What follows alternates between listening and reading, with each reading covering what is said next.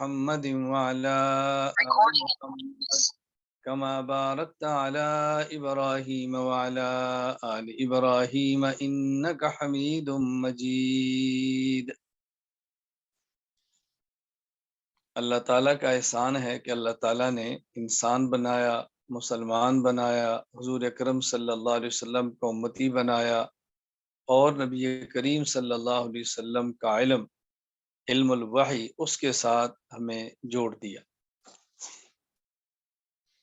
ای مرکز کے تحت تیسرا سالانہ دورہ حدیث شریف شروع ہو رہا ہے۔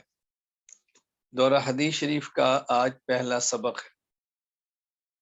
ہمارے ہاں اہل سنت والجماعت احناف دیوبند کے ہاں دینی مدارس میں جو آخری سال ہے اس کو دورہ حدیث شریف کا سال کہا جاتا ہے، اور اس میں 10 کتب طلباء کرام کو پڑھائی جاتی ہیں۔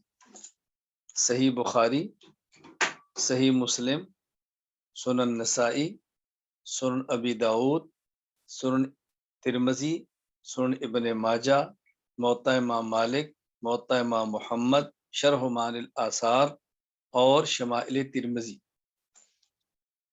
آج ہم انشاءاللہ العزیز دورہ حدیث کا آغاز کریں گے۔ اس کی ترتیب یہ ہوگی کہ 10 پڑھائی جانے والی کتب احادیث میں سے ہر کتاب میں پہلی حدیث مبارک میں تلاوت کروں گا انشاءاللہ العزیز، اور اس کے بعد اپنی طرف سے مرویات حدیث کی اجازت دوں گا ان تمام حضرات کو جنہوں نے دورہ حدیث شریف کیا ہوا ہے یا جو اس سال دورہ حدیث شریف کر رہے ہیں، خواہ وہ حضرات ہوں خواہ وہ خواتین ہوں۔ اور میں اس بات کی وضاحت کر رہا ہوں کہ جنہوں نے باضابطہ دورہ حدیث شریف نہیں کیا یا اس سال دورہ حدیث شریف میں نہیں ہے، ان کو اجازت حدیث نہیں ملے گی۔ ہاں البتہ ایک بات کی میں وضاحت کرتا ہوں کہ اسباق شروع کرنے سے پہلے میں حدیث مسلسل جو پیش کروں گا، اس حدیث مسلسل کی اجازت میں تمام حضرات اور تمام خواتین کو دوں گا جو میرے آج کے درس کے اندر شریک ہیں۔ میں کتب احادیث جو دورہ حدیث کے اندر اس کی بات میں کروں گا۔ پہلے حدیث مسلسل پہ تھوڑی سی بات کرتا ہوں، یہ پہلے بات کرنا ضروری ہے۔ پہلے یہ سمجھ لیں کہ حدیث مسلسل کی تعریف کیا ہے۔ حدیث مسلسل کی تعریف وما تتابع رجال اسناده على صفة او حالة للرواة تارة وللروایت تارة اخرى۔ حدیث مسلسل اس حدیث کو کہتے ہیں جس کی سند کے تمام راوی تسلسل کے ساتھ کسی ایک وصف یا حالت پر متفق ہو گئے ہوں۔ یہ اتفاق کبھی راویوں کے اعتبار سے ہوتا ہے، کبھی خود روایت کے اعتبار سے ہوتا ہے۔ یعنی کسی بھی حدیث میں دو چیزیں ہیں، ایک ہے متن کہ جو کیا ہے یا جو کہا ہے، جو فرمایا، جو کیا، یہ ہے، اور ایک ہے اس کی سند کہ میرے اوپر میرا استاد، ان کے اوپر ان کا استاد، آخر تک یہ جو راوی نقل کرتے ہیں، ان راویوں کے نقل کرنے کو جو نقل کیا ہے، جو بیان کیا ہے، وہ تو متن ہے، اور جو نقل کرنے والے ہیں انہیں کہتے ہیں ایک راوی، دوسرا، تیسرا، اور ان کے تسلسل کو سند کہتے ہیں۔ تو حدیث مسلسل کا معنی یہ ہے کہ ایک راوی سے لے کر دوسرا، تیسرا، اوپر تک کسی ایک راوی تک ایک حالت کا، ایک وصف کا تسلسل ہو۔ میں اس کی مثال دیتا ہوں، اقوال میں تسلسل ہو، افعال میں تسلسل ہو۔ مثلا ہر راوی، ہر محدث جب اپنے شاگرد کو حدیث بیان کرے تو پہلے یہ کہ انی احبک، میں تجھ سے محبت کرتا ہوں، اب اس کے بعد میں تجھے یہ حدیث سناتا ہوں۔ تو یہ ہے حدیث المسلسل بالمحبت۔ یہ مثلا میرے پاس اس کی سند موجود ہے، الحدیث المسلسل بالمحبت، مجھ سے میرے شیخ نے یوں بیان کیا، اور ان سے لے کر رسول اکرم صلی اللہ علیہ وسلم تک یہ سلسلہ ہے کہ جب نبی پاک صلی اللہ علیہ وسلم نے یہ حدیث مبارک بیان فرمائی، میں بھی وہ حدیث نہیں سنا رہا، نہ ہی اس کی اجازت دے رہا ہوں۔ حدیث مسلسل بالمحبت کہ آپ نے راوی اور صحابی کو فرمایا کہ میں تجھ سے محبت کرتا ہوں، اور اس کے بعد آپ نے اگلا جملہ ارشاد فرمایا۔ تو اسی طرح افعال، مثلا جب راوی کسی دوسرے راوی کو، ایک محدث دوسرے محدث کو حدیث بیان کرے تو یوں مصافحہ کر کے حدیث بیان کرے۔ اب یہ رسول اکرم صلی اللہ علیہ وسلم تک تسلسل چلے گا کہ جب آپ نے حدیث بیان کی تو مصافحہ کیا اور حدیث بیان کی، جب صحابی نے آگے تابعی کو بیان کی تو مصافحہ کیا، حدیث بیان کی، اس سے آگے نے جب حدیث بیان کی تو مصافحہ کیا، پھر حدیث بیان کی۔ تو یہ کبھی صفات اور حالت اقوال میں ہوتی ہے یا کبھی افعال میں ہوتی ہے۔ اسی طرح کبھی روایت کی صفات کا مطلب کیا ہے کہ ہر روایت کی صفت ایک ہے، مثلا روایت کو بیان کرنے والے صیغے، یا روایت کو بیان کرنے کا زمانہ، یا روایت کو بیان کرنے کا مکان ایک۔ صیغے کا مطلب، مثال کے طور پہ میں ایک حدیث بیان کرتا ہوں آپ کو، آپ میرے شاگرد ہیں، میں کہتا ہوں حدثنا فلان، حدثنا عبد الرحمن، اور وہ اپنے جب استاد سے سنتے ہیں تو کہتے ہیں حدثنا فلان، یعنی اوپر تک یہی سلسلہ چلے، تو جہاں تک یہ چلے گا وہاں تک کہیں گے یہ روایت تسلسل، یہ حدیث مسلسل ہے حدثنا کے ساتھ، یا اخبارنا یہ لفظ بیان کرے۔ اسی طرح زمانہ ایک ہو، مثلا عید کے دن حدیث بیان کی جائے، انشاءاللہ العزیز گزشتہ سال تھا، انشاءاللہ اس سال بھی عید کو ہم یہ حدیث مسلسل بیوم العید بیان کریں گے انشاءاللہ العزیز۔ رسول اکرم صلی اللہ علیہ وسلم ایک صحابی کو عید کے دن ارشاد فرما رہے، وہ آگے اپنے شاگرد کو حدیث عید کے دن بیان کرتا ہے، وہ حدیث آگے اگلے شاگرد کو عید کے ساتھ بیان کرتا ہے، مجھ تک یہ حدیث تسلسل کے ساتھ عید کے دن پہنچی ہے۔ میں نے بھی اپنے استاد سے عید کے دن یہ حدیث سنی ہے، اسے کہتے ہیں الحدیث المسلسل بیوم العید۔ اچھا اسی طرح ان کا مکان، اچھا اسی طرح یوم العاشورہ 10 محرم کو بھی ہے الحدیث المسلسل بیوم العاشورہ، میرے پاس اس کی سند بھی بحمد اللہ تعالی اسی طرح موجود ہے۔ ایک ہوتا ہے مکان، مثلا ایک راوی حدیث بیان کرے، میں حدیث بیان نہیں کر رہا کیونکہ میں نے آپ کو الحدیث المسلسل بالاولیت کی اجازت دینی ہے۔ مثلا کوئی ایک حدیث بیان کرتا ہے نبی پاک صلی اللہ علیہ وسلم کے ارشاد کے مطابق، ملتزم ایک مقام ہے کہ ملتزم وہ مقام ہے جہاں دعا قبول کی جاتی ہے، جو بندہ وہاں دعا کرتا ہے تو قبول کر دیا، پہلے یہ حدیث بیان کرے استاد، اور پھر یہ کہ مقام ملتزم پر میں نے دعا مانگی تھی اور میری دعا قبول ہوئی تھی، اب اسی مقام پر آگے دوسرا بیان کرے، اسی مقام پر تیسرا بیان کرے۔ سبحان اللہ، آپ اندازہ فرمائے کس طرح محدثین نے رسول اکرم صلی اللہ علیہ وسلم کی مبارک احادیث کو محفوظ فرمایا ہے۔ تو یہ میں نے کچھ مختصر سے کی ہے الحدیث المسلسل کا مطلب کیا ہے۔ میں چند ایک مثالیں دیتا ہوں کہ جو مسلسلات کی مثالیں ہیں، مثلا ایک ہے الحدیث المسلسل بالاولیت، جس کی میں نے آپ کو آج اجازت دینی ہے، یعنی وہ لوگ جو مجھ سے پہلی بار حدیث سن رہے ہیں، پہلی بار، اس سے پہلے مجھ سے حدیث نہیں سنی، تو وہ یہ کہیں گے کہ جب ہم نے اپنے استاذ محمد الیاس گمن سے حدیث سنی تو سب سے پہلے انہوں نے مجھ کو یہ حدیث سنائی، یہ حدیث مسلسل بالاولیت، میں اس پر بات کروں گا۔ اسی طرح حدیث مسلسل بالمصافحہ، کہ جب بھی استاد شاگرد کو حدیث بیان کرے تو مصافحہ کرے اور حدیث بیان کرے۔ حدیث مسلسل بالمحبت، جب حدیث بیان کرے تو پہلے یہ کہے انی احبک، میں تجھ سے محبت کرتا ہوں، اس کے بعد حدیث بیان کرے۔ حدیث مسلسل بقراءت سورۃ الصف، پہلے سورۃ الصف کی تلاوت کرے پھر حدیث بیان کرے۔ حدیث مسلسل بالتشبیک، یعنی جب استاذ اپنے شاگرد کو حدیث بیان کرے تو یوں، مثال یہ شاگرد کا ہاتھ ہے، یہ استاذ کا یوں انگلیوں میں انگلیاں ڈالے اور اس کے بعد حدیث بیان کرے۔ ایک حدیث مسلسل بالفقہاء الحنفیہ، کہ یعنی ایک محدث اوپر احناف تک نقل کرنے والا محدث حنفی ہے، پھر محدث فقی حنفی ہے، پھر محدث فقی حنفی ہے۔ اسی طرح حدیث مسلسل بیوم العاشورہ، کہ ہر استاد اپنے شاگرد کو 10 محرم کو حدیث بیان کرے۔ حدیث مسلسل بوضع الید علی الراس، کہ استاد جب بھی اپنے شاگرد کو حدیث بیان کرے تو سر پہ ہاتھ رکھ کے حدیث بیان کرے، چونکہ رسول اکرم صلی اللہ علیہ وسلم نے ایسے ہی بیان فرمائی تھی۔ انشاءاللہ العزیز کسی موقع پر ہم صرف یہی مسند یہی مجلس لگائیں گے کہ جس میں مسلسلات میں آپ کی خدمت میں پڑھوں گا اور انشاءاللہ آپ کو اجازت دوں گا اور آپ کو لطف محسوس ہوگا۔ آج حدیث مسلسل بالاولیت کی میں آپ کو اجازت دینا چاہتا ہوں۔ اس وقت اس مجلس میں جو موجود حضرات سبق سن رہے ہیں یا خواتین سبق سن رہی ہیں، میں ان تمام کو اپنی طرف سے حدیث مسلسل بالاولیت کی اجازت دینے لگا ہوں، یعنی جنہوں نے مجھ سے پہلی بار آج حدیث سنی ہے، پہلی بار آج حدیث پڑھ رہے ہیں، تو وہ اپنے شاگرد کو یہ کہہ سکتے ہیں کہ یہ وہ حدیث ہے جو سب سے پہلے میں نے اپنے استاد سے یہ حدیث سنی تھی۔ اب اگر کسی کو آپ اجازت دینا چاہیں تو پہلے یہ حدیث پڑھائیں اور اس کو اجازت دے دیں۔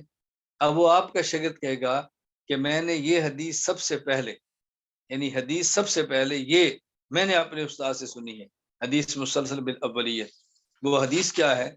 رسول اکرم صلی اللہ علیہ وسلم نے فرمایا، الراحمون یرحمہم الرحمن ارحموا من فی الارض یرحمکم من فی السماء، الرحم شجرۃ من الرحمن فمن وصلها وصلہ اللہ ومن قطعها قطعہ اللہ، او کما قال النبی صلی اللہ علیہ وسلم۔ رحم کرنے والوں پر رحمان رحم کرتا ہے، تم زمین والوں پر رحم کرو، آسمان والا تم پر رحم کرے گا۔ اور رحم، اللہ اکبر، نبی پاک فرمایا رحم جو ماں کے پیٹ میں ہے جس سے بچہ پیدا ہوتا ہے، فرمایا رحم یہ رحمان سے نکلا ہے، رحم کا لفظ رحمان سے نکلا ہے۔ جو شخص صلہ رحمی کرتا ہے، رشتہ داروں کا خیال کرتا ہے، اللہ تعالیٰ سے تعلق کو جوڑتے ہیں۔ جو صلہ رحمی ختم کرتا ہے، رشتہ داروں سے تعلق کو توڑتا ہے، رشتہ داروں پر زیادتیاں کرتا ہے، اس سے اللہ تعالیٰ اپنے تعلق کو ختم فرما لیتے ہیں۔ میں آپ تمام کو اس حدیث کی اجازت دیتا ہوں، میرے طرف سے حدیث پاک کو بیان کر سکتے ہیں۔ مجھ سے لے کر میرے شیخ جن سے میں نے حدیث مسلسل اولیت سنی ہے، الشیخ عبد الرحمن کوثر حافظہ اللہ تعالی، ان سے لے کر سفیان بن عیینہ تک یہ حدیث مسلسل بالاولیت ہے۔ سفیان بن عیینہ کے اوپر ان کے جو استاد تھے عمر بن دینار، اور ان کے استاد ابو قابوس، ان کے شیخ عمر بن عاص رضی اللہ عنہ، اور ان کے معلم سرکار دو عالم خاتم الانبیاء حضرت محمد مصطفیٰ صلی اللہ علیہ وسلم ہے۔ تو یہ حدیث مجھ سے لے کر سفیان بن عیینہ تک حدیث مسلسل بالاولیت ہے۔ اس سے اوپر حدیث مسلسل بالاولیت نہیں ہے، یعنی سفیان بن عیینہ سے پہلے اور احادیث اپنے استاد عمر بن دینار سے سنی ہے اور اس کے بعد یہ حدیث بھی سنی۔ عمر بن دینار نے اپنے استاد ابو قابوس سے پہلے اور حدیثیں سنی ہے، پھر یہ سنی ہے۔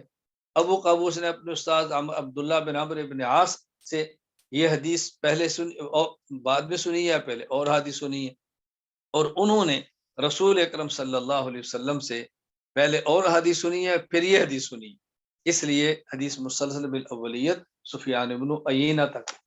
تو جنہوں نے مجھ سے اس سے پہلے حدیث پاک نہیں پڑھی، آج پہلی بار پڑھ رہے سن رہے ہیں، تو یہ ان کے لیے حدیث مسلسل بالاولیت ہوگی۔ اور یہ حدیث حضرت امام ترمذی رحمۃ اللہ علیہ نے سنن ترمذی ابواب البر والصلہ عن رسول اللہ صلی اللہ علیہ وسلم باب ما جاء فی رحمت المسلمین کے اندر بیان فرمائی ہے۔ تو یہ حدیث میں نے آپ کو سنا بھی دی ہے اور آپ کو اس کی اجازت بھی دے دی ہے۔ اللہ تعالی ہم سب کو رسول اکرم صلی اللہ علیہ وسلم کی احادیث مبارک کو پڑھنے کی، پھر آگے پڑھانے کی توفیق عطا فرمائے۔ دوسری بات، آج بدھ کا دن ہے، آج بدھ کا دن ہے، اور عام طور پر آپ نے سنا ہوگا یا طلبہ کرام نے دیکھا ہوگا کہ مدارس میں بدھ کے دن اسباق کا افتتاح ہوتا ہے، لیکن عموماً لوگ جانتے نہیں کہ بدھ کے دن افتتاح کیوں ہوتا ہے۔ آج ہمارا بھی بدھ کا دن ہے۔ اس کی بنیاد رسول اکرم صلی اللہ علیہ وسلم کی ایک حدیث مبارک ہے، اور وہ حدیث مبارک کیا ہے کہ رسول اکرم صلی اللہ علیہ وسلم نے فرمایا، خلق اللہ الارض یوم السبت، ہفتہ کے دن اللہ پاک نے زمین کو پیدا فرمایا، والجبال یوم الاحد، اور اتوار کے دن پہاڑوں کو پیدا فرمایا، والشجر یوم الاثنین، اور پیر کے دن درختوں کو پیدا فرمایا، والمکروہ یوم الثلاثاء، نہ پسندیدہ چیزیں جو لوگوں کو پسند نہیں، نہ پسندیدہ منگل کے دن پیدا فرمایا، والنور یوم الاربعاء، اور نور کو بدھ کے دن پیدا فرمایا، والدواب یوم الخمیس، جانوروں کو جمعرات کے دن پیدا فرمایا، وآدم یوم الجمعہ، اور حضرت آدم علیہ السلام کو جمعہ کے روز پیدا فرمایا۔ اب اس حدیث مبارک میں ہے کہ نور کو بدھ کے دن پیدا فرمایا، اور علم بھی نور ہے، العلم نور، علم نور ہے، علم نور ہے، اللہ کا کلام ہے، علم، اصل علم قرآن کریم ہے، تو یہ نور ہے، علم حدیث پاک ہے، اور یہ نور ہے۔ خود آپ نے سنا ہوگا امام شافعی رحمہ اللہ کا شعر، حضرت امام شافعی رحمہ اللہ فرماتے ہیں، شکوت الی وکی سوء حفظی فاوصانی الی ترک المعاصی فان العلم نور من الہی فنور اللہ لا یعطى لعاصی۔ فرمایا میں نے اپنے استاد وکی سے عرض کیا کہ میرے حافظے کے لیے دعا فرمائے، حافظہ کمزور ہے، تو آپ نے فرمایا کہ گناہ چھوڑ دو، گناہ چھوڑ دو، اس لیے کہ علم اللہ کا نور ہے، اور اللہ کا نور نافرمان کو نہیں ملتا، تو علم نور ہے۔ تو چونکہ حدیث پاک میں کہ نور اللہ تعالیٰ نے جمعہ کے روز پیدا فرمایا ہے، اور علم نور ہے، تو عام طور پہ علماء کرام کی خواہش ہوتی ہے کہ بدھ کے دن نور علم کا افتتاح کر دیا جائے، اس لیے عام طور پر مدارس دینیہ میں بدھ کے روز اسباق کا آغاز ہوتا ہے۔ اس کو ضروری نہیں سمجھنا چاہیے، ایسا اہتمام بھی نہ کریں کہ اس کو ضروری سمجھا جائے، اور جو بدھ کے دن سبق کا آغاز نہ کرے اس کو مجرم سمجھا جائے، پھر یہ بدعت بن جائے گا۔ ہمارے ہاں بھی مرکز اہل سنت والجماعت میں اسباق کا آغاز 16 شوال کو ہوتا ہے، خواہ وہ جمعہ ہو، خواہ اتوار ہو، خواہ بدھ ہو، کوئی دن بھی ہو، عام طور پہ ایسے ہوتا ہے۔ تو آج کا سبق جو بدھ کے دن آ گیا تھا، تو میں نے مناسب سمجھا کہ ساتھ آپ کو اس کی وجہ بھی بتا دوں۔ اچھا، عجیب بات ہے کہ یہ جو حدیث میں نے پڑھی ہے، یہ حدیث حدیث المسلسل بالتشبیق ہے۔ اب آپ چونکہ میرے پاس موجود نہیں ہے، ورنہ الحدیث مسلسل بالتشبیق کی میں آپ کو اجازت دیتا، کیونکہ اس کے لیے تو استاد اور شاگرد کا ایک جگہ پہ ہونا ضروری ہے نا، اس لیے کہ استاد اپنے شاگرد کی انگلیاں یوں ڈالے گا اور پھر حدیث بیان کرے گا۔ مجھے میرے شیخ عبد الرحمن الکوثر حفظہ اللہ جب یہ حدیث بیان فرمائی تو اسی طرح میری انگلی میں انگلیاں ڈال کے بیان، اور ان سے لے کر رسول اکرم صلی اللہ علیہ وسلم تک کیسے ہے۔ حضرت ابو ہریرہ رضی اللہ تعالیٰ عنہ خود فرماتے ہیں کہ شبک بیدی ابو القاسم صلی اللہ علیہ وسلم، کہ حضرت پاک صلی اللہ علیہ وسلم نے میرے ساتھ تشبیق فرمائی، میری انگلیوں میں انگلیاں ڈالی، اور اس کے بعد آپ نے حدیث پاک بیان فرمائی۔ اسے کہتے ہیں الحدیث المسلسل بالتشبیق۔ تو بدھ کے دن عام طور پر اسباق کا آغاز کیوں ہوتا ہے، میں نے اس کی وجہ بھی آپ کی خدمت میں عرض کر دی۔ نمبر 3، 10 احادیث کی کتابیں جو دورہ احادیث کے اندر پڑھائی جاتی ہیں، میں ہر کتاب کی پہلی حدیث پڑھ کے، تو پہلی حدیث پڑھوں گا صرف سند اور متن، نہ ترجمہ نہ تشریح، اور آخر میں اپنی مرویات کی انشاءاللہ اجازت بھی دوں گا۔ ہماری ترتیب یہ ہوگی کہ ہم نے اس کا لحاظ کیا مصنف کی ولادت اور وفات کے، جس طریق پر ولادت اور وفات ہے اسی حساب سے میں نے کتب کی ترتیب بنائی۔ نمبر 1، امام ابو عبداللہ محمد بن اسماعیل بن ابراہیم بخاری رحمہ اللہ تعالیٰ کی صحیح البخاری۔ حضرت کی ولادت ہے 194 ہجری، اور حضرت کی وفات ہے 256 ہجری۔ اللہم صلی علی محمد وعلی آل محمد کما صلیت علی ابراہیم وعلی آل ابراہیم انک حمید مجید۔ اللہم بارک علی محمد وعلی آل محمد کما بارکت علی ابراہیم وعلی آل ابراہیم انک حمید مجید۔ جہاں بھی حدیث پاک میں آخر میں صحابی کا نام آئے تو رضی اللہ عنہ کا پڑھ لیا کریں، اور رسول اکرم صلی اللہ علیہ وسلم کا نام آئے تو صلی اللہ علیہ وسلم پڑھ لیا کریں۔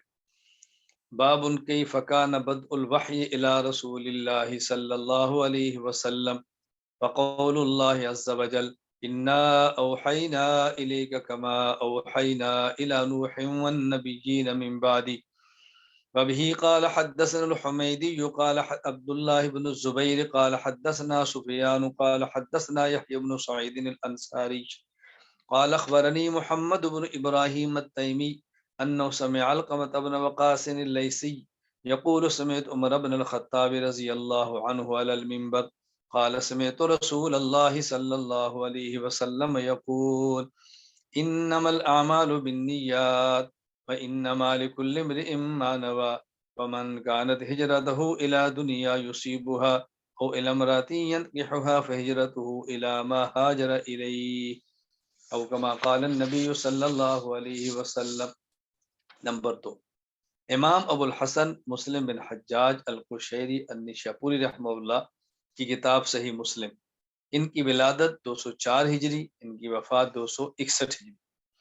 کتاب الایمان، وبی قال حدثنی ابو خیثمۃ زہیر بن حرب قال حدثنا وکیع عن کہمس عن عبد اللہ بن بریدہ عن یحیی بن یعمر۔ یہاں آپ دیکھیں آگے سند میں لفظ ہا لکھا ہوا ہے، تو جب ایک سند اور آگے متن سے پہلے دوسری سند ہے اور درمیان میں ہا آ جائے تو اس کو 4 طرح سے پڑھا جا سکتا ہے۔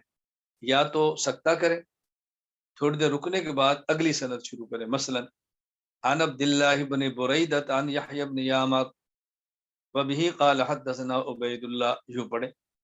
اور یا پہلی سند ہا سے پہلے جہاں ختم ہو رہی ہے وہاں رک جائیں اور پڑھیں الحدیث، آگے پھر شروع ہو جائیں، مثلا عن عبد اللہ بن بریدہ عن یحیی بن یعمر الحدیث وبہ قال حدثنا عبید اللہ۔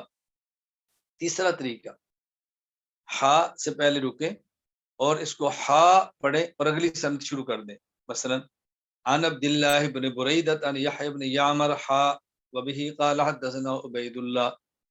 چوتھا طریقہ، پہلی سند ہا سے پہلے جہاں رکے اور ہا پر تحویل پڑھیں پھر اگلی سند شروع کر دیں، عن عبد اللہ بن بریدہ عن یحیی بن یعمر تحویل وبہ قال حدثنا عبید اللہ۔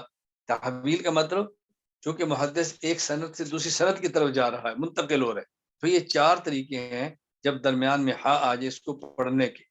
یہ ہا رمز ہے، ایک اشارہ ہے، جب پہلی سند کے بعد دوسری سند کو آپ نے کیسے پڑھنا ہے۔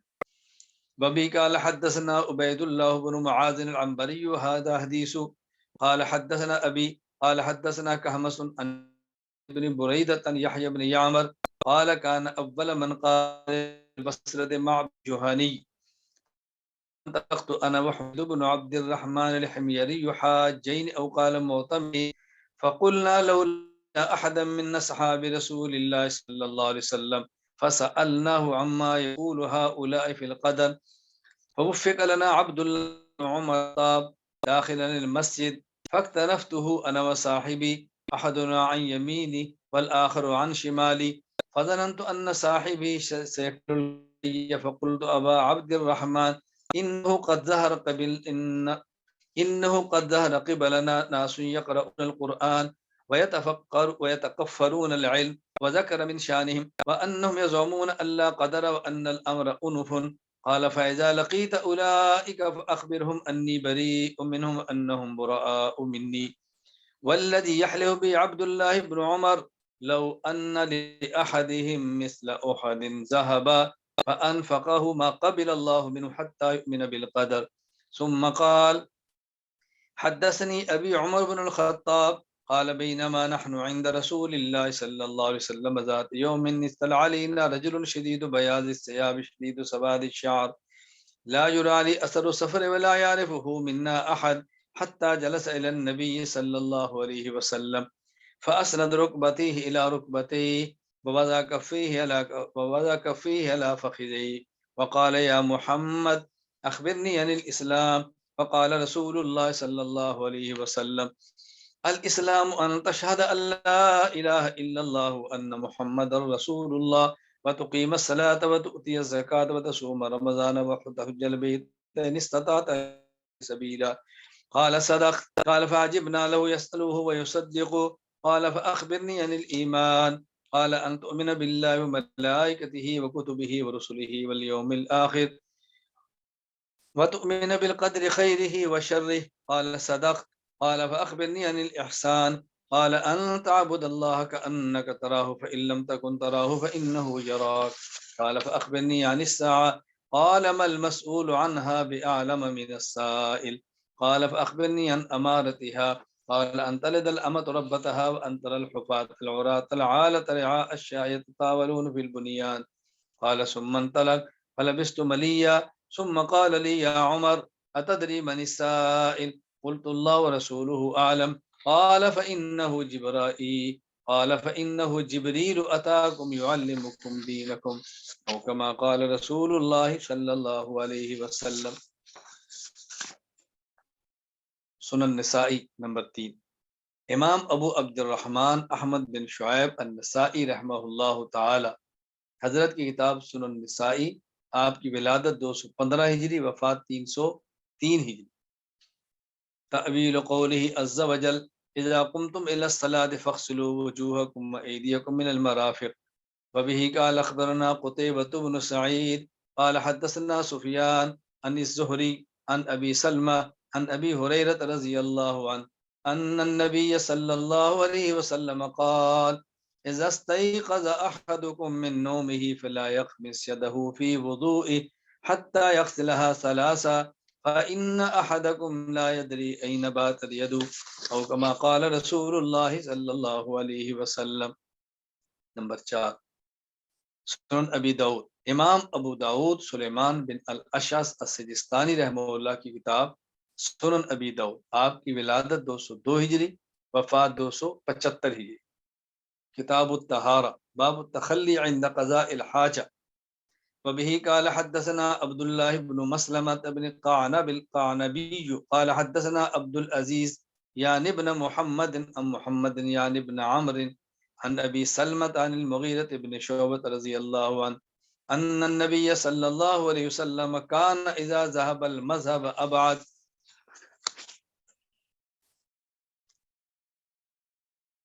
نمبر 5.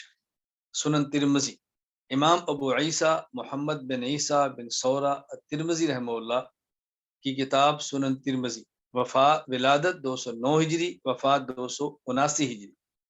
ابواب الطہارہ الرسول اللہ صلی اللہ علیہ وسلم، باب ما جاء لا تقبل صلاة بغیر طہور۔ ابی قال حدثنا قتیبة بن سعید قال حدثنا ابو عوانہ عن سماک بن حرب یا عن سماک بن حرب وبه قال حدثنا حناد یا عن سماک بن حرب الحدیث وبه قال حدثنا حناد یا عن سماک بن حرب تحویر وبه قال حدثنا حناد قال حدثنا وكيع عن إسرائيل عن سماك عن مصعب بن سعد عن ابن عمر رضي الله عنهما عن النبي صلى الله عليه وسلم قال لا تقبل صلاة بغير طهور ولا صدقة من غلول او كما قال رسول الله صلى الله عليه وسلم۔ نمبر 6. سنن ابن ماجہ، امام ابو عبداللہ محمد بن یزید ابن ماجہ رحمہ اللہ تعالی کی کتاب سنن ابن ماجہ، ولادت 209 ہجری، وفات 273 ہجری۔ باب اتباع سنت رسول اللہ صلی اللہ علیہ وسلم۔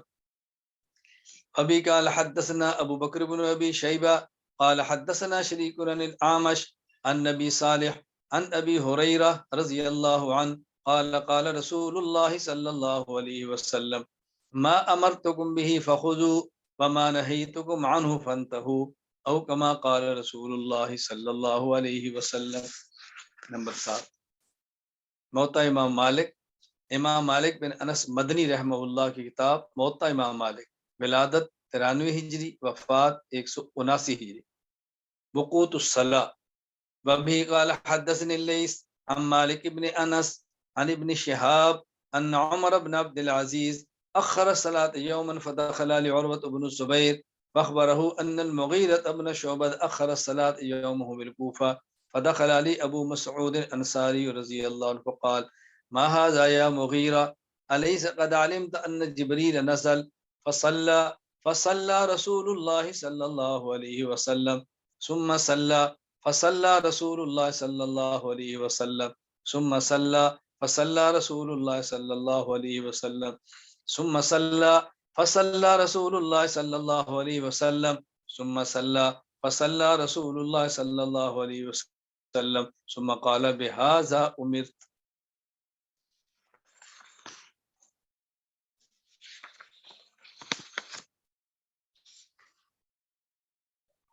8 موطا امام محمد. امام ابو عبداللہ محمد بن حسن بن فرقد الشیبانی رحمہ اللہ تعالی کی کتاب موطا امام محمد، ولادت 132 ہجری، وفات 189 ہجری، 80 اور 9. کتاب الصلاۃ، باب وقوت الصلاۃ. وبی قال محمد بن الحسن قال اخبرنا مالک بن انس عن یزید بن زیاد مولا بنی حاشم عن عبد اللہ بن رافع مولا ام سلمۃ رضی اللہ عنہا زوج النبی صلی اللہ علیہ وسلم عن ابی ہریرہ رضی اللہ عنہ انه سأله عن وقت الصلاة وقال ابو ہریرہ انا اخبرك صل الظهر اذا كان ظلك مثلك والعصر اذا كان ظلك مثليك والمغرب اذا غربت الشمس والعشاء ما بينك وبين ثلث الليل فإن نمت إلى نصف الليل فلا نامت عيناك وصل الصبح بغلس. نمبر 9 شرح معانی الآثار. امام ابو جعفر احمد بن محمد بن سلامہ الازدی الطحاوی رحمہ اللہ کتاب شرح معانی الآثار، جسے طحاوی شریف بھی کہا جاتا ہے، ولادت 239 ہجری، وفات 321 ہجری. باب الماء تقع فيه النجاسة.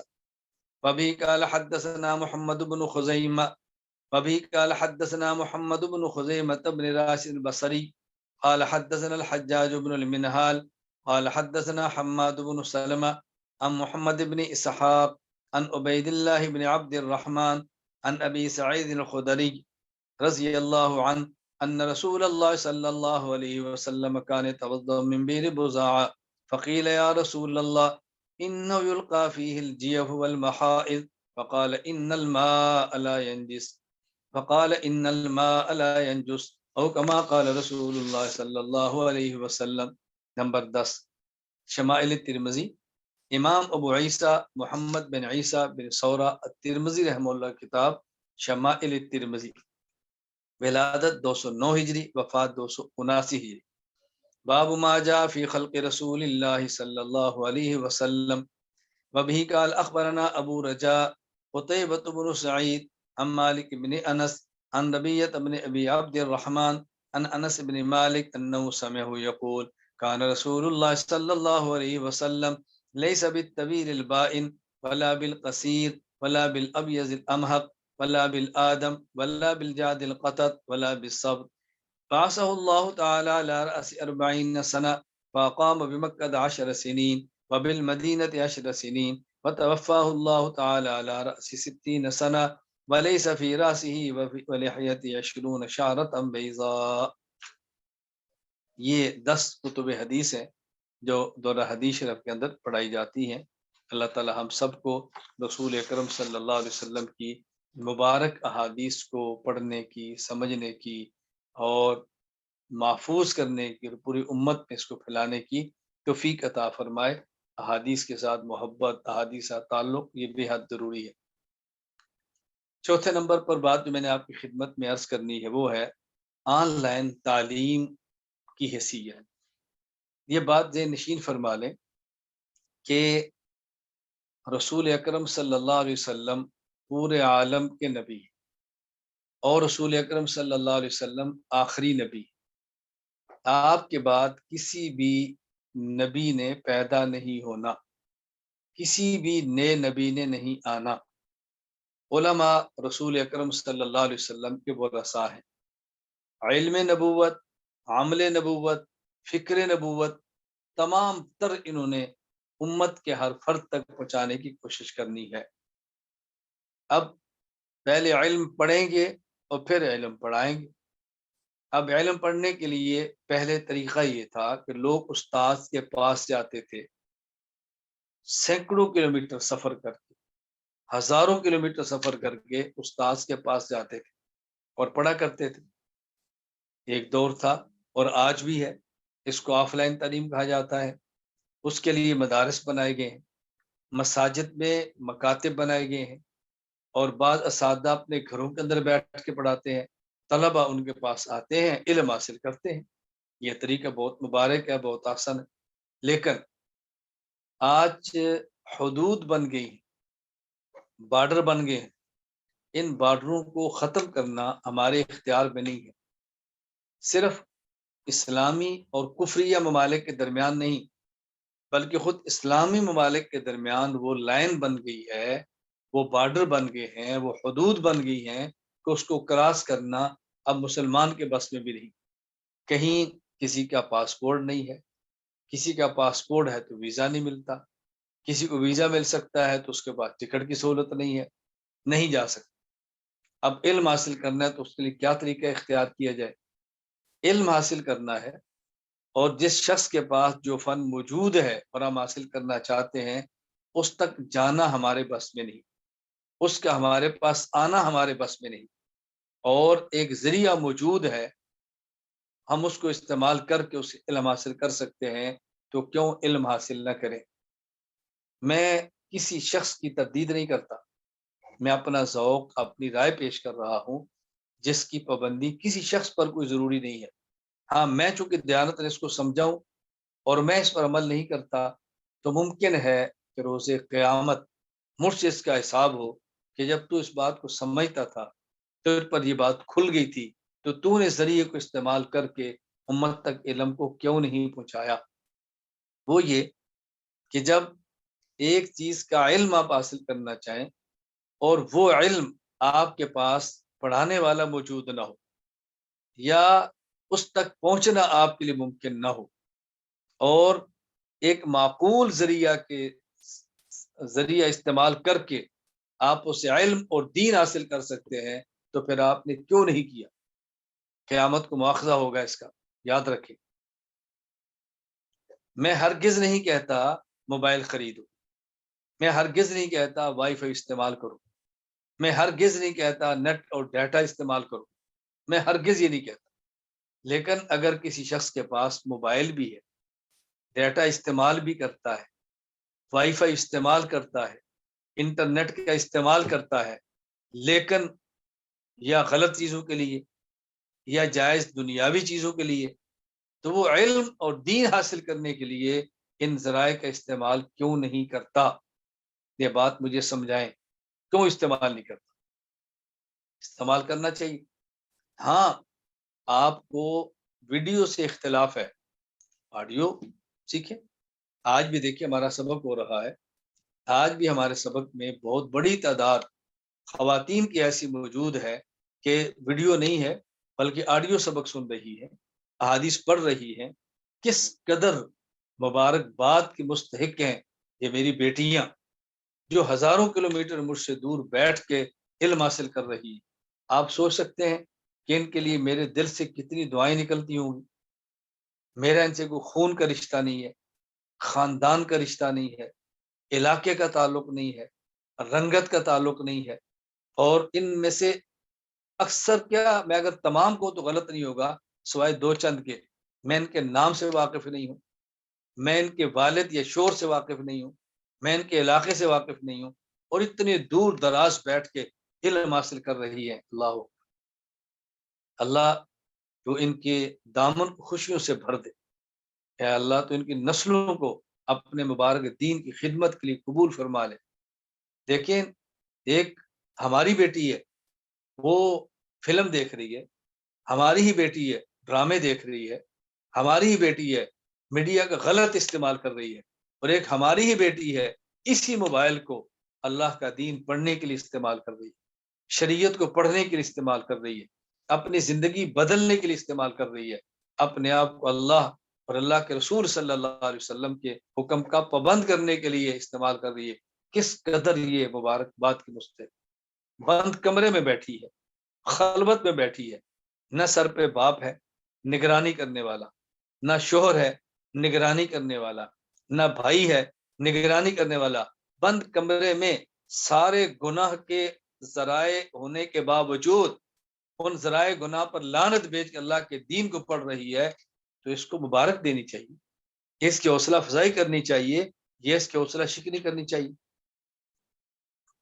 مجھے افسوس ہوتا ہے کہ جب یہ بچیاں جو یوں اپنے دامن اور اپنی عفت اور عزت کو بچا کے دین حاصل کرنے کی لابطہ کرتی ہیں، تو انہیں یہ کہہ دیا جاتا ہے کہ نہیں، آن لائن کا فائدہ نہیں ہے، یہ ہمارے قابل کا طریقہ نہیں ہے، یہ مناسب نہیں ہے۔ اللہ کے لیے، اللہ کے لیے، اللہ کے لیے اس درد کو سمجھو اور امت کو بگاڑ سے محفوظ کرو، امت کو بگاڑ سے بچاؤ، امت کو بگاڑ سے بچاؤ۔ ہم حج کے لیے جب سفر کر کے مکہ مکرمہ جاتے ہیں، عمرہ کے لیے سفر کر کے بیت اللہ جاتے ہیں، کیا ہم جہازوں میں سفر نہیں کرتے؟ کہاں وہاں ایئر ہوسٹس خواتین نہیں ہوتی؟ کیا ویزا دینے کے لیے خواتین نہیں ہوتی؟ ہمارے ذمے ہے ہم آنکھ کو جھکا لیں۔ ہم یہ نہیں کر سکتے کہ میں عمرہ نہیں کروں گا کیونکہ وہاں سٹمپ لگانے والی عورت ہے، میں وہاں حج پہ نہیں جاؤں گا کیونکہ جس جہاز پہ جانا ہے اس کے اندر ایئر ہوسٹس عورت ہے، آپ انکار کریں گے؟ ہاں، یہ ہے اللہ کا حکم ہے، قل للمؤمنین یغضوا من ابصارہم، اپنی آنکھ کو جھکا لو، آنکھ کو نیچے کرو، حج کا سفر بھی کرو، عمرے کا سفر بھی کرو، اللہ کے دین کو پھیلانے کا سفر بھی کرو اور علم کا سفر بھی کرو، سب کرتے ہیں۔ جب ہم علم حاصل کرنے کے لیے ایک شہر سے دوسرے شہر جاتے ہیں، ایک ملک سے دوسرے ملک جاتے ہیں، اس میں تصاویر بھی بناتے ہیں، پاسپورٹ بھی بناتے ہیں، پیسے بھی خرچ کرتے ہیں، اور جہازوں پر ایئر ہوسٹسیں بھی موجود ہوتی ہیں، ان جہازوں میں شراب بھی چل رہا ہوتا ہے، ہم استعمال نہ کریں، چل رہا ہوتا ہے، ان جہازوں میں ٹی وی بھی چل رہے ہوتے ہیں، ہم سفر کر رہے ہوتے ہیں، ان جہازوں میں رمضان کے دنوں میں روزے توڑے جا رہے ہوتے ہیں، ہم ان تمام گناہوں کے باوجود سفر کر رہے ہوتے ہیں، اور ہمارا موقف کیا ہوتا ہے؟ یہ ہمارے اختیار میں نہیں ہے، یہ ہمارے اختیار میں نہیں ہے، ہمارے اختیار میں نہیں۔ تو جس طرح وہ آپ کے اختیار میں نہیں ہے، تو مجھے آپ بتائیں، آپ گھر بیٹھ کے دین دور بیٹھ کے عالم اور عالم سے حاصل کریں اور پیسے بھی کم خرچ ہوں، سفر بھی نہ ہو، وقت بھی بچ جائے، تو یہ اللہ کی کتنی بڑی نعمت ہے، اس نعمت کی قدر کیوں نہیں کرتے؟ اور پھر آپ یقین فرمائیں کہ آف لائن مدارس میں علماء کرام خواتین کو پڑھا رہے ہیں، میں اس کا مخالف نہیں ہوں، وہ میری ترتیب یہ نہیں ہے، میرے آف لائن اسباق بھی خواتین کو خواتین پڑھاتی ہیں، مرد اساتذہ نہیں پڑھاتے، لیکن جو پڑھاتے ہیں میں ان پر کوئی اعتراض بھی نہیں کرتا، ان کی اپنی رائے ہے۔ ہمارے یہاں آف لائن پڑھنے والی خواتین کو سبق مرد حضرات نہیں پڑھاتے، خواتین ہی پڑھاتی ہیں۔ یہ الگ بات ہے کہ ہمارا مشورہ بھی ہے کہ بعض مشکل مضامین اور بعض عقیدے کی اہم مباحث، میراث کے مسائل کسی مرد استاذ کو پڑھانے چاہیے، اور خواتین توجہ کے ساتھ آڈیو سنیں اور سبق پڑھیں، اور جب اشکال پیش آئے تو اپنی معلمات سے کریں، اور معلمات کے واسطہ سے آگے سادہ تک بات پہنچی۔ یہ ہمارے ایک ترتیب چل رہی، میرے اور میرے پاس پڑھنے والی خواتین کے درمیان میری بیٹیاں واسطہ ہیں، میری گھر والیاں واسطہ ہیں، براہ راست ان کے ساتھ میرا سبق نہیں ہوتا، مہینے میں ایک بار بیٹھتا ہوں، آدھا گھنٹہ سبق، آدھا گھنٹے سوالات کے جواب۔ خیر یہ ایک الگ بات ہے، میں کچھ صفائیاں نہیں دے رہا، میں یہ عرض کر رہا ہوں کہ آن لائن حکومتیں چل رہی ہیں، آن لائن یونیورسٹیاں چل رہی ہیں، آن لائن اربوں خربوں ڈالر کا بزنس ہو رہا ہے، آن لائن ویزے مل رہے ہیں، آن لائن ٹکٹیں مل رہی ہیں، آن لائن پورے سفروں کا ترتیب بن رہی ہے، آن لائن شادیاں ہو رہی ہیں۔ اس دین کو جائز طریقے پر آن لائن پھیلنے دو، اور یہ میری بات آپ یاد رکھ لیں، آج میں آن لائن کی افادیت پر تنہا ممکن ہے کھل کر گفتگو کر رہا ہوں، آئندہ آنے والے دور میں ایسی ضرورت بن جائے گی کہ ہر مدرسہ اپنی تعلیم کا ایک حصہ آن لائن شروع کرے گا۔ میں نے جب آج سے تقریباً کم و بیش کوئی 15-20 سال قبل کی بات ہے، جب یہ میڈیا پر گفتگو کی تھی، تو میں دعویٰ تو نہیں کرتا، لیکن ممکن ہے اس وقت ہمارے اہل سنت والجماعت احناف دیوبند میں تنہا ہوں گا جس نے عقیدے کے عنوان پر، اپنے مسلک کے عنوان پر اعتدال کے ساتھ، دلائل کے ساتھ اکابر کے مسلک کو بیان کرنا شروع کیا۔ کتنے لوگ تھے جو مخالفت کرتے تھے، کتنے لوگ تھے جو میرے مقابلے میں تھے، میں نے ایک لفظ کبھی زبان سے نہیں نکالا، اس وقت میں جو علماء میرے طرز عمل کو حرام فرماتے تھے آج مجھ سے زیادہ وہ میڈیا پر موجود ہے، فالوور ان کے مجھ سے زیادہ ہے، سننے والے ان کے مجھ سے زیادہ ہیں، تو مجھے کوئی تکلیف نہیں، مجھے خوشی ہے۔ جو آگے بڑھتا ہے میں اس کے لیے دعائیں کرنی چاہیے اور دل سے دعائیں کرنی چاہیے، اللہ تعالیٰ مزید محبوبیت اور مقبولیت عطا فرمائے۔ آج وہ ہے۔ اسی طرح آن لائن کے عنوان پر آپ یاد رکھنا یہ ہر مدرسے کی مستقبل میں ضرورت بنے گی۔ ابھی یہ چند دن قبل کی بات ہے، میری یورپ کا ایک ملک ہے البانیہ، وہاں 4 علماء کرام سے گفتگو چل رہی تھی، تو انہوں نے کہا کہ ہم نے کچھ کورسز شروع کیے تھے اور درمیان میں کرونا آ گیا، ہمیں کورسز بند کرنے پڑے کہ لوگوں کا آنا ذرا مشکل تھا۔ میں نے کہا مولانا کرونا آیا آپ نے کورسز بند کیے، کرونا آیا تو میں نے کورسز شروع کیے۔ کرونا کے دنوں میں تو کورسز کرانے اور زیادہ آسان تھے۔ میں نے کہا جہاں آپ رہتے ہیں آپ لوگوں کو پیسے دیتے ہیں، خرچ کرتے ہیں، تو ان دنوں میں معاش کا مسئلہ تھا اور روزگار کا مسئلہ تھا اور گھروں میں فارغ بیٹھے ہوئے تھے۔ اگر ان دنوں میں آپ یہ نظام بنا لیتے کہ ہم آن لائن فلاں کورس کرائیں گے اور جو ہم سے پڑھے گا ہم اس کو فی گھنٹہ 1 یورو دیں گے، فی گھنٹہ 1 ڈالر دیں گے، فی گھنٹہ 1 پاؤنڈ دیں گے، آپ بتائیں کہ آپ کے پاس کتنی بڑی تعداد، سینکڑوں کی تعداد میں لوگ پڑھنے میں آتے۔ گھر بیٹھ کے ان کو معاش کا مسئلہ بھی حل ہو رہا ہے، فارغ بیٹھے ہیں تو دین پڑھ رہے ہیں، تو ان دنوں میں تو آپ کورسز بہت آگے چلے جاتے۔ انہوں نے کہا واقعات مولانا بات ایسی، تو میں نے تو کورونا کے دنوں میں کورسز اٹھائے ہیں، گھر میں بیٹھے لوگ پڑھ رہے تھے، اس فارغ دنوں سے فائدہ اٹھاؤ۔ ہمارے یہاں ہفتہ اتوار چھٹی ہے، تو ہفتہ اتوار ہم تخصص فی العقائد اسلامیہ کراتے، بھائی چھٹی ہے تو رات کو 2 گھنٹے ہمیں دے دو۔ آپ اندازہ فرمائیں کہ میں اور میرے گھر والے یسوع کے سبق پڑھاتے ہیں، تو میرا سبق ہفتہ اتوار ہے، جب چھٹیاں ہیں تو میرا سبق، اور جب دوسرے دن ہے تو گھر والوں کا سبق ہے۔ اب بتائیں پورے ہفتے کے اندر میرے کون سے دن فارغ بچتے ہوں گے؟ میں صرف تعلیم کے حوالے سے بات کرتا ہوں کہ جو میرے دن پڑھانے کے ہیں وہ گھر والوں کے فراغت کے ہیں، جو ان کے فراغت کے ہیں وہ میرے پڑھانے کے ہیں، اسباق اس کے علاوہ بھی ہیں۔ میں عرض کر رہا ہوں پورا ہفتہ یہ آن لائن کلاسیں اسی طرح چل رہی ہیں۔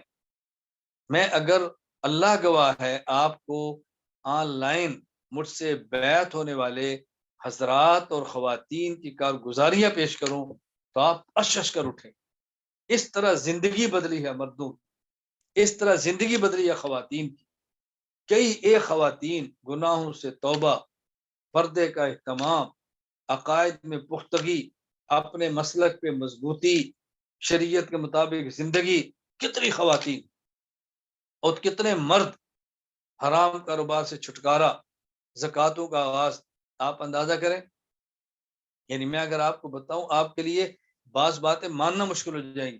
میرے علم میں بعض ایسی نوجوان بچیاں ہیں جنہوں نے 6 سال کی نمازیں لوٹائی ہیں، کہ ہمیں عرصہ گزر گیا ہم نمازیں نہیں پڑھ سکی، حضرت کیا کریں؟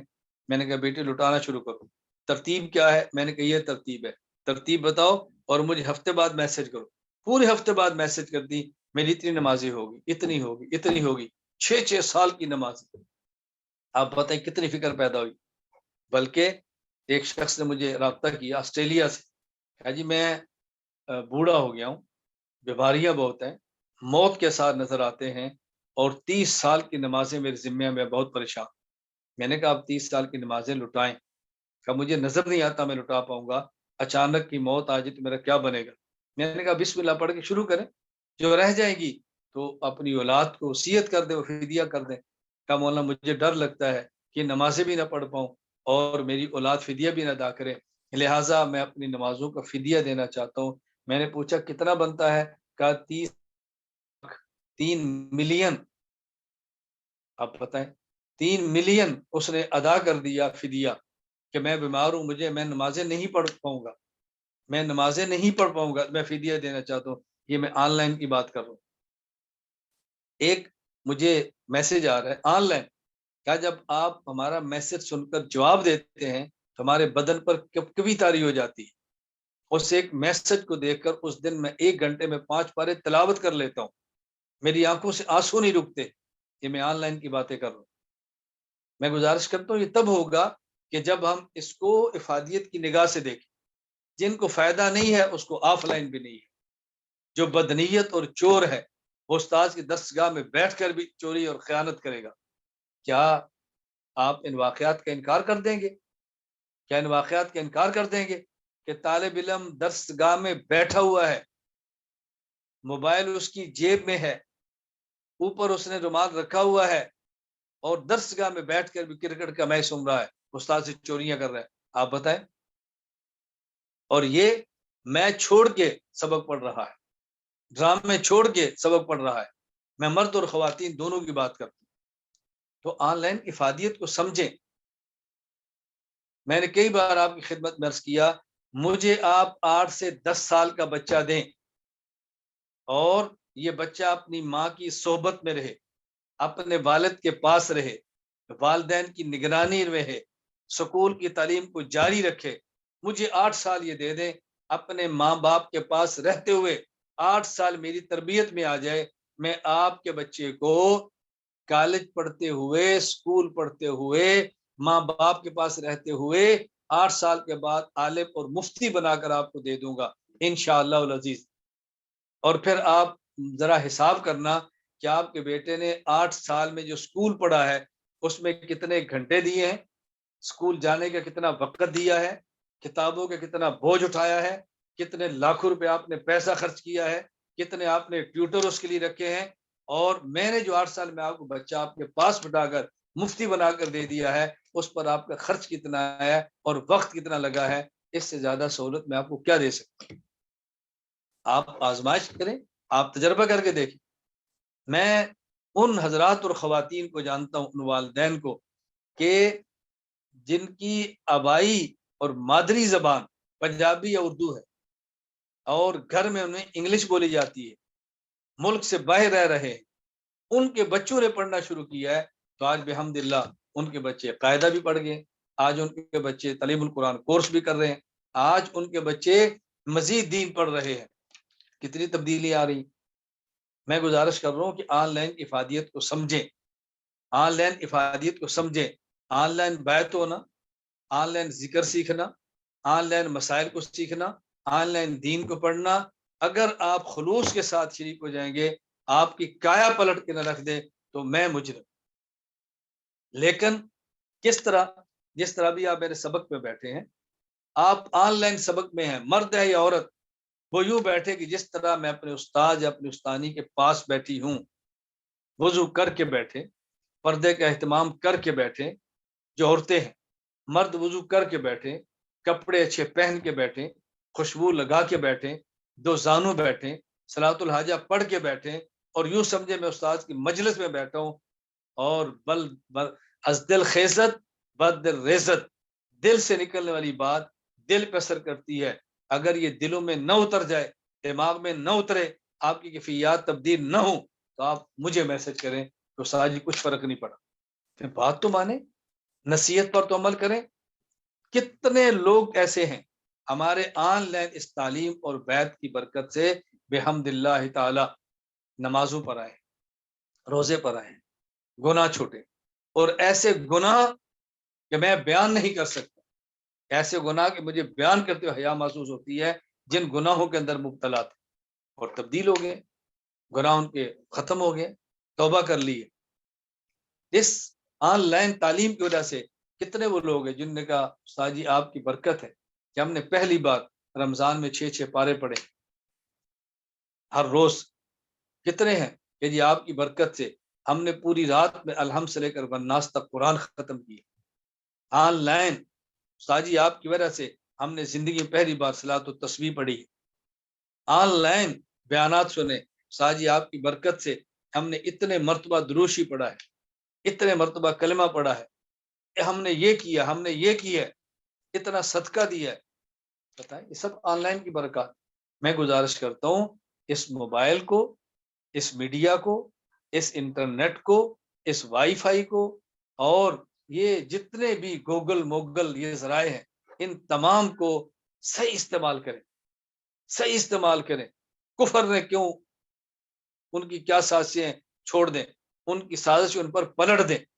ان کے مکر ان پر پلٹ دیں، اور ان کو بتاؤ یہ آلات جن سے تم کفر پھیلانا چاہتے ہو، ہم ان آلات سے اسلام پھیلائیں گے، جن آلات سے تم شرک پھیلانا چاہتے ہو ہم ان آلات سے توحید پھیلائیں گے، جن آلات کے ذریعے تم پیغمبر پاک صلی اللہ علیہ وسلم کی عزت عظمت پہ حملے کرتے ہو، ہم ان آلات سے اللہ کے پیغمبر کی عظمت کو عام کریں گے، جن آلات کے ذریعے اصحاب پیغمبر کی تم توہین کرتے ہو، ہم انہی آلات کے ذریعے پورے عالم اصحاب پیغمبر کی مدح اور محبت کے گن گائیں گے، جن آلات کو تم علماء حق کے خلاف استعمال کرتے ہو، ہم انہی آلات کو علماء حق میں استعمال کر کے امت کو علماء کے ساتھ جوڑ دیں گے، جن آلات کو استعمال کر کے تم بدعات کو عام کرتے ہو ان آلات کو استعمال کر کے ہم سنت کو عام کریں گے، جن آلات کو استعمال کر کے تم نے فحاشی عام کی ہے ہم انہی آلات کے ذریعے انشاءاللہ حیا کو عام کریں گے، حیا کو عام کریں گے،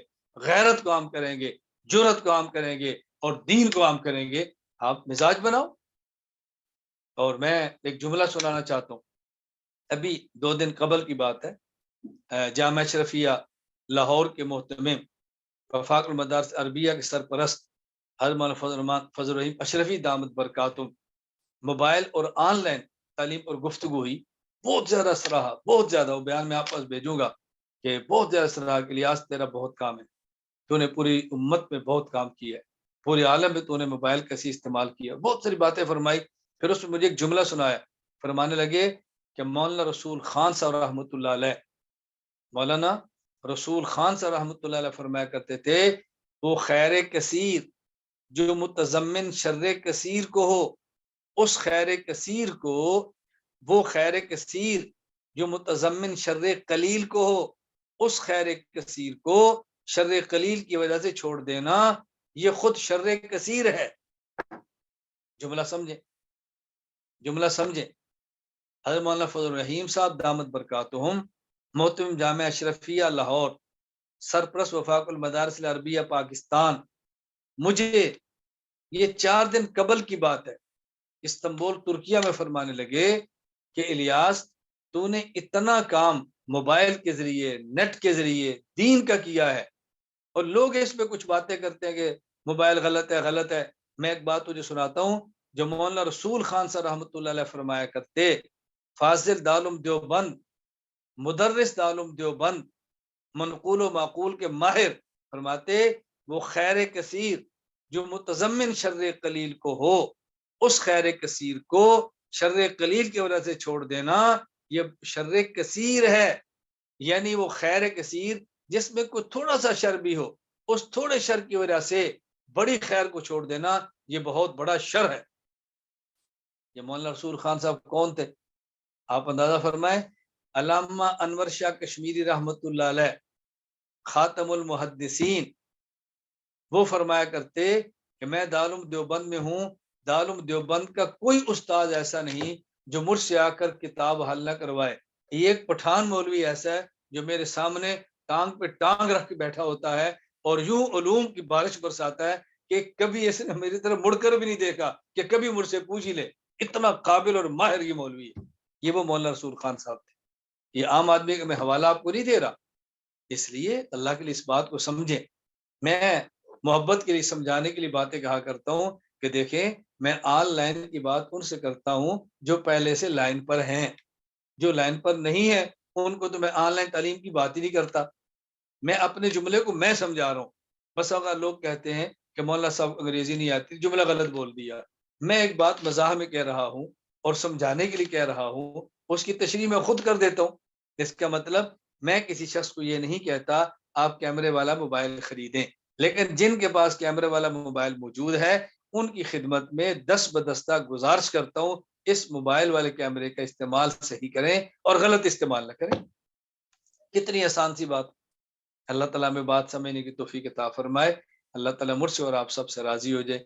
5ویں اور آخری بات آپ کی خدمت میں میں عرض کروں گا کہ دعاؤں کا بہت زیادہ اہتمام کریں، اپنے لیے، اپنے گھر والوں کے لیے، جو زندہ ہیں ان کے لیے، جو وفات پا گئے ان کے لیے، جن اساتذہ، جن معلمات سے پڑھیں، خواتین معلمات سے، اساتذہ سے، طلبہ یا خواتین جو بھی ہے، اساتذہ کے لیے، جو کتب پڑھیں ان کے مصنفین کے لیے، اور جو آپ کے دین حاصل کرنے کا ذریعہ بنے ان کے لیے، والدین کے لیے جو دنیا سے چلے گئے ان کے لیے، اور پوری امت کے لیے دعائیں مانگ۔ اپنے سینے کو حسد سے پاک رکھیں، کینے سے پاک رکھیں، بغض سے پاک رکھیں، کسی کی ترقیات کو دیکھ کر اس کے لیے دعائیں کریں، جلے نہیں، دعائیں کریں، اللہ اور سینہ صاف کر دے گا، اللہ اور پاک فرما دے گا۔ اللہ مجھے بھی اور آپ سب کو قبول فرمائے۔ آپ دعا کریں کہ اللہ تعالیٰ ای مرکز کو قائم اور دائم رکھے، شرور فتن سے حفاظت فرمائے، اس کو چلانے والے انتظامیہ، معاونین، سب کو اپنی شان کے مطابق اجر عطا فرمائے۔ وآخر دعوانا ان الحمد للہ رب العالمین، الحمد للہ رب العالمین، والصلاة والسلام علی رسول وعلی آلہ وصحابہ اجمعین۔ ربنا آتنا فی الدنیا حسنہ وفی الآخرۃ حسنہ وقنا عذاب النار۔ ربنا ظلمنا انفسنا وان لم تغفر لنا وترحمنا لنكونن من الخاسرین۔ رب اغفر ورحم وانت خیر الراحمین۔ اے اللہ اس مجلس کو تو قبول فرما، اے اللہ حضور پاک صلی اللہ علیہ وسلم کی حدیث مبارک کو عام کرنے کی توفیق عطا فرما، اے اللہ کریم حدیث پاک سے محبت عطا فرما، اللہ کے پیغمبر صلی اللہ علیہ وسلم کی رضا نصیب فرما، اے اللہ تو اپنی رضا نصیب فرما، اے اللہ جو علم کے طلباء کے لیے بشارتیں ہمیں بھی عطا فرما، جو ان کی فضائل ہمیں بھی عطا فرما، آداب کی توفیق عطا فرما۔ اللہ تو ہم سب سے راضی ہو جائے، اللہ تو ہم سب سے راضی ہو جائے، اللہ تو ہم سب سے راضی ہو جائے۔ اے اللہ ہمارے جو والدین جن کے فوت ہو چکے ہیں، اے اللہ جن کے بزرگ دنیا سے گئے، اے اللہ ان کے والدین بزرگوں کی مغفرت فرما، جن کے والدین یا والدین میں سے کوئی ایک زندہ ہے، اللہ تو صحت و سلامتی والی زندگی عطا فرما۔ اے اللہ ہماری نسلوں ہمیں اور ہماری نسلوں کو دین قبول خدمت فرما، بیماروں کو صحت عطا فرما دے، مشکلات کو ختم فرما دے۔ اے اللہ کریم، اے اللہ کریم اپنے فضل سے، اللہ کریم اپنے فضل سے تو رضا کا فیصلہ فرما دے، خاتمہ ایمان پر فرما دے، مشکلات کو ختم فرما دے۔ جو دعائیں مانگی اپنے حبیب صلی اللہ علیہ وسلم کے صدقہ قبول فرما۔ وصلی اللہ تعالی علی رسولہ خیر خلقہ محمد وعلی آلہ وصحبہ اجمعین، آمین برحمتک یا ارحم الراحمین۔ السلام علیکم ورحمۃ اللہ وبرکاتہ۔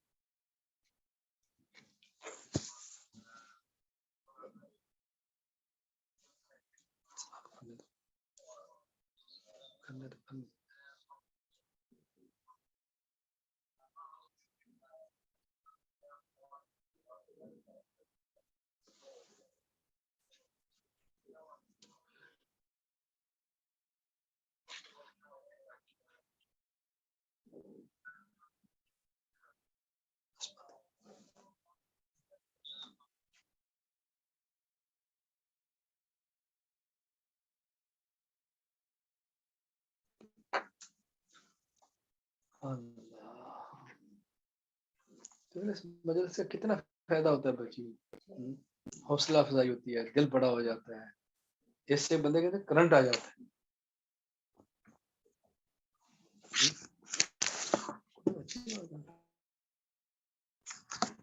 اب سب بچیاں اپنی اپنی کلاسوں میں بھاگ جائیں۔